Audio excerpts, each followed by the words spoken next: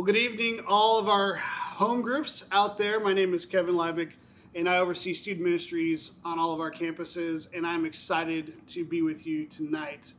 Uh, I want to make a confession as I get started here, is there are some things, maybe you've ever heard the phrase quietly judging. I have to say that there are some things that if you do these things, I will probably quietly judge you. The first one is if you are the type of person who listens to a call or a video on speaker mode out in public, I'm going to judge you. If you are the type of person who is walking around to Walmart in your PJs, I'm probably going to quietly judge you too. Maybe if you don't pick up your dog poop, that is something that I will quietly judge you on. Or leaving the bathroom without washing your hands. And I happen to know that a couple of our staff people that you know and love, they don't wash their hands all the time. Those are things that if I see someone do it, I'm going to quietly make a judgment on that person's character based on them doing things. And so we're going to pause here, and I want you in your groups to answer the question, what is something that you quietly judge other people for doing? Okay, so we're back, and talking about some of these things is kind of satisfying to admit that you judge other people for doing this.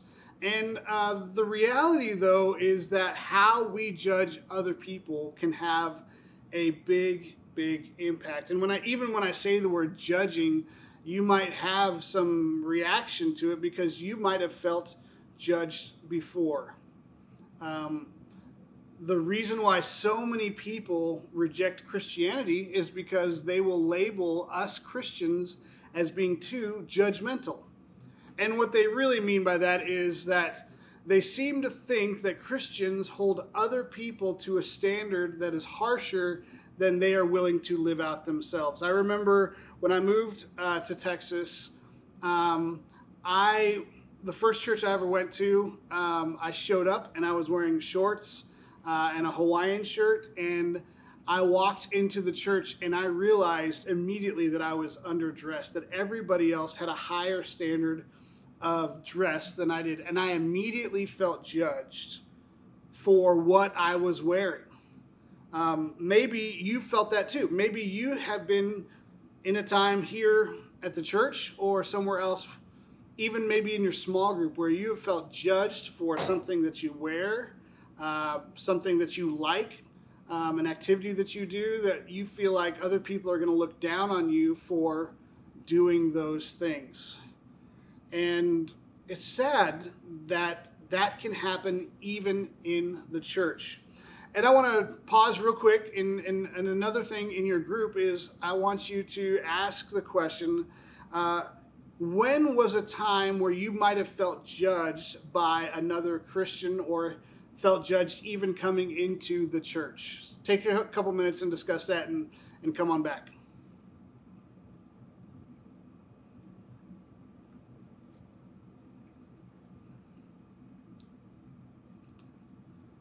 Okay, so now that you've talked about this idea of being judged, we are in the Sermon on the Mount, and we are talking about the good life, which means that Jesus is talking about how does it live, how is it that Christians are supposed to live in a way that displays the goodness of God to one another, and that we can live a fulfilled life because we are living in line with Jesus's ideals. And in these sections, a lot of these, Jesus will talk about a certain saying or law or rule that they might have heard before, and then he addresses that and then clarifies that based on what he believes what he really means we should be doing, living the good life. So we are in Matthew chapter 7, starting in verse 1. And Jesus says, "Judge not, that you be not judged. For with the judgment you pronounce, you will be judged. And with the measure that you use it, it will be measured to you. Why do you see the speck that is in your brother's eye, but you do not notice the log that is in your own eye? Or how can you say to your brother, let me take the speck out of your own eye when there is a log in your own? You hypocrite. First take out the log in your own eye, then you will see clearly to take the speck out of your brother's eyes. Okay, so judgment. Jesus is using that word a lot. And really what that means is, in this context, is passing a moral judgment on somebody based on something they do or how they act or something that they even wear or something that they have or don't have. And what he's talking about is in the context of brothers and sisters in Christ, that you are not supposed to judge one another. He says, do not be judged, do not judge, not that you not be judged, for with the judgment you pronounce, you will also be judged. And with the measure you use it, it will be measured to you. So is Jesus actually saying that we shouldn't judge other people? Which is kind of the prevailing way that the world wants us to be. Like, just let other people do what they want to do. It's okay. Don't judge me, or don't judge my lifestyle, or don't judge my belief system. No, Jesus isn't saying that at all. He's saying that we can judge people, but that our judgment has consequences. He's saying that the way that we judge people is the way that we will be judged. The standards that we hold other people to are the standards that we will be held to at all. And so Jesus actually doesn't say don't judge at all. He says he gives us instructions on how to judge, and that is with humility. So here's the picture that Jesus gives us. Two people both have flaws. One person's flaw is that they have a speck in their eye. The other person's flaw is that they have a log in their own eye. So you see the comparison. The speck is teeny tiny, log is big. And I don't have a log, but I have a pen, right? So you imagine that I have a log in my eye and I'm trying to fix the speck in your eye. Jesus is saying that you have to look at yourself first, examine yourself, and see where it is that you need correction so that you can see clearly the need in your brother or sister's eyes. I don't know if you've ever had this where you've gotten something stuck in your eye. I have times where even I've had pieces of sawdust in my eye and it hurts. It is painful. I can't focus on anything else. I can't think about anything else. I have to fix what is in my own eye. And so Jesus is using this ridiculous analogy of having something large in your own eye and not being able to think clearly enough to take that out before you help somebody else out. It's kind of like that analogy if you've ever been on a plane where they say if the plane decompresses and the oxygen masks fall, you need to put the oxygen mask on yourself before you put it on someone else. You need to look at yourself and take care of what you need to take care of before you can then go ahead and correct. And the images here, the reason why Jesus gives us this analogy is he wants us to be humble when we need to correct other people. And the only way that we can be humble is we realize that we are sinners in need of grace too. Back in the Beatitudes, Jesus says, "Blessed are the merciful, for they will receive mercy." And mercy is this. Mercy is not getting what you deserve. Not getting what you deserve. So Jesus is making it quite clear that if we are going to correct one another, and I think that we should, in behaviors that we need corrected, we should hold ourselves to the same standard, and we should look at ourselves first before we go and try to correct somebody else. So I want you to think about this.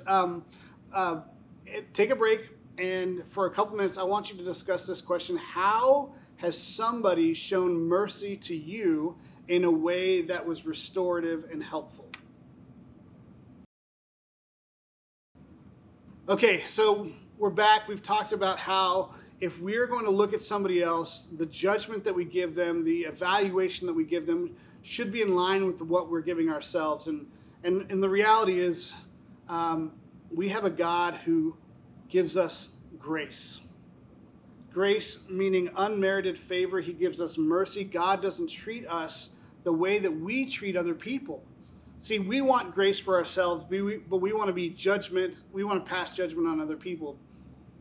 But we don't really want judgment for ourselves.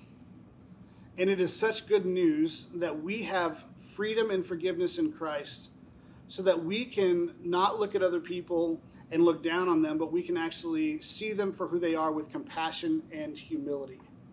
So what does it mean for us to actually correct or judge a brother and sister in Christ? A couple of things. First of all, notice the difference between correction and condemnation. Jesus is talking about correction.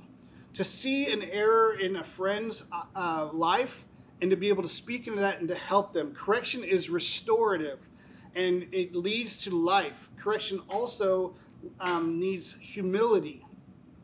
That when we are trying to correct somebody, we're not doing it because we think we're better than them, but because we want more for them. And because we believe that it is something greater. So correction is not the same as condemnation, which when we think of judgment, we think of condemnation being the primary thing in that. And condemnation is harsh, it's superficial, it's self-righteous, it's untrue, it's hypocritical. All the things that the church has been blamed for, it's condemnation, where we are not trying to correct people, but we are trying to condemn people. And really, condemnation is God's job, his evaluation of people's lives. And you know what? God offers grace. So we are to give correction, not condemnation. And then secondly, we are to correct believers, brothers and sisters in Christ, but to non-believers, we are not to judge them. We're to preach the gospel to them. And the gospel is good news that God doesn't treat us the way that we deserve. That God offers us freely grace, and that our relationship with him isn't based on how well we do or the standards of our own measure, but we are forgiven because Christ has laid down his life for us. We live in a society where judgment is real and it's present and it's all the time. And we need God's help and God's grace to correct one another, not out of a spirit of judgment, but out of a spirit of love and correction. And so the good life comes when we gently correct others in the way that we want to be corrected.